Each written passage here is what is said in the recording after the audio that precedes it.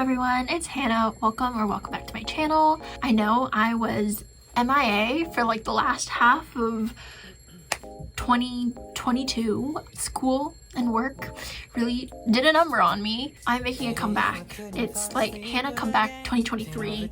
That's the era we're in right now. We'll see how long this lasts. But I thought new year, new goals. It'd be a great time for goal setting and like browsing Goodreads for like what books I want to like read this year. So let's just get into that. I'm gonna start off with my reading goals and then that will sort of translate to like what books I want to read this year. I don't have that many goals because first up, my first goal is to only read 25 chapter books. That's really not that much compared to like last year's Goodreads challenge. Last year's Goodreads challenge I think was like 100 books, but I barely made it, and that included like manga and like graphic novels that I read.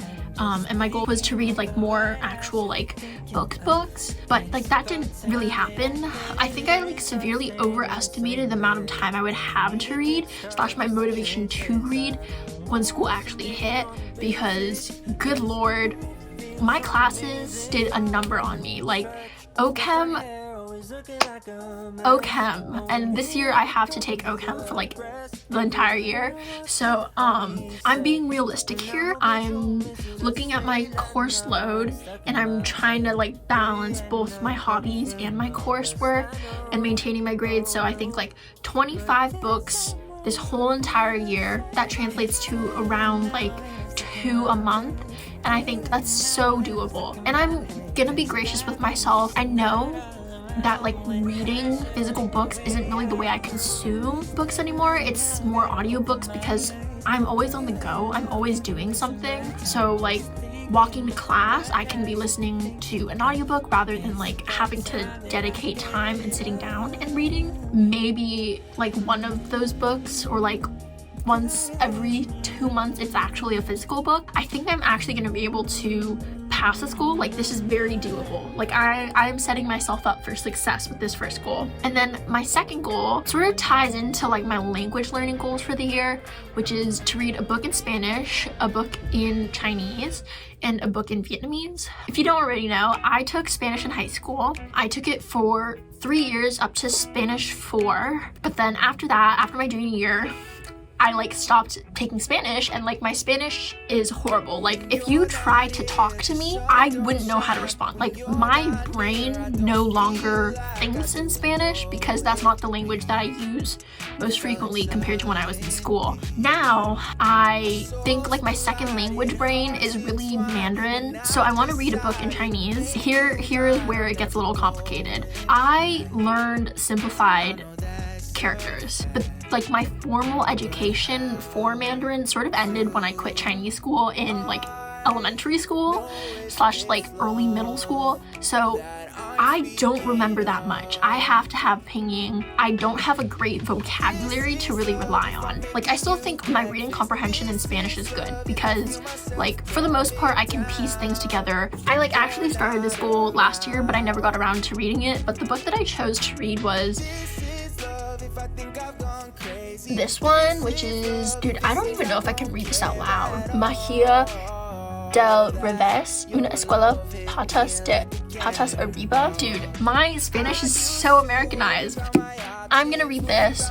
It has like huge font and like honestly, we'll see how much I remember. But that's what I'm trying to read. I need to find a book for Mandarin, and for the Chinese book, what I'm trying to do is read it once in Mandarin and then read it again, trying to look at the characters and translating it to Cantonese. There are some things that differ between Mandarin and Cantonese. It's another language that I was exposed to as a kid, but like I still can't speak.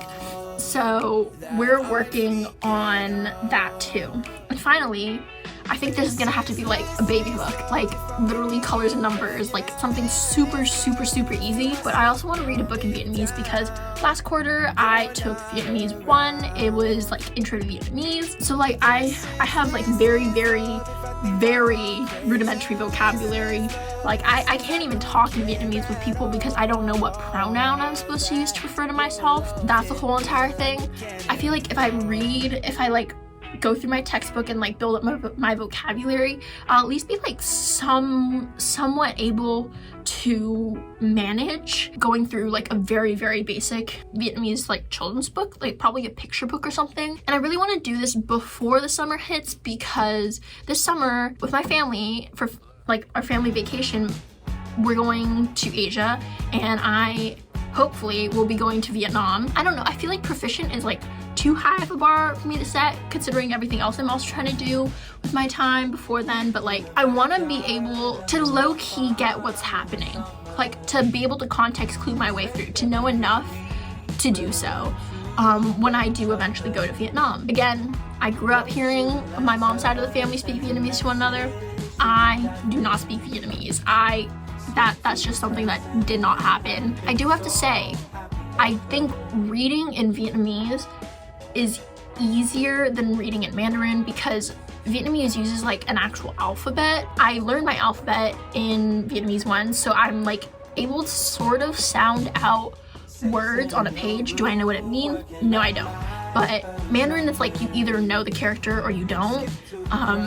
So that's a little harder. But I do have a couple of resources for like dictionaries and everything that I'm going to be using while I'm trying to read these books. And then my final goal is to have 3 successful buddy reads. That doesn't seem like a lot. Most of the time, the people I'm buddy reading with are also college students, and like we don't go to the same college, so 1, it's really hard to just coordinate time to talk to one another, but 2, we don't really read during the school year. Like last year, I read The Spanish Love Deception for our book club, and nobody else like really read it until like 6 months later. Like I read that at the very beginning of last year, because I read it while in quarantine when I got COVID, and I think my friend only finished it like a month or 2 ago. And this isn't all on me. It's like definitely like I need to get commitment from other people to do it and everything, but I think I can pull off 3. I think 3 is manageable. I'm keeping my fingers crossed for that one. But those 3 goals sort of lead me into the books that I want to read for next year. This is a mix of like books that I borrowed from the library and I've had for months but like haven't read, and like me scrolling through like the new like anticipated releases on Goodreads. So it's a really short list. Again, I'm only really planning to read like 25, maybe 30 books this year. The first book that I want to read is A Magic Steeped in Poison. This is a book I got from the library. It's fantasy.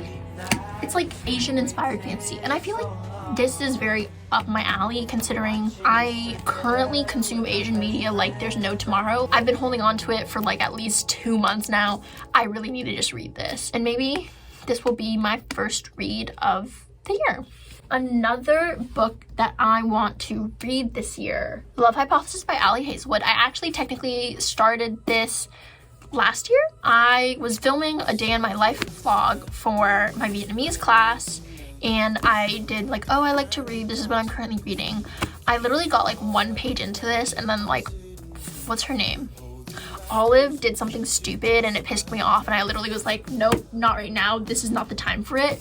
But because my friends and we sort of agreed to read this, so I'm gonna give it another chance. This is one of my other friend's books I'm borrowing from her. We sort of did like a trade, and I'm gonna be reading this hopefully soon so I can return it to her. But she also wasn't a huge fan. She couldn't get into this either, so I don't know if this is gonna go well. Another book that I want to read is Pachinko.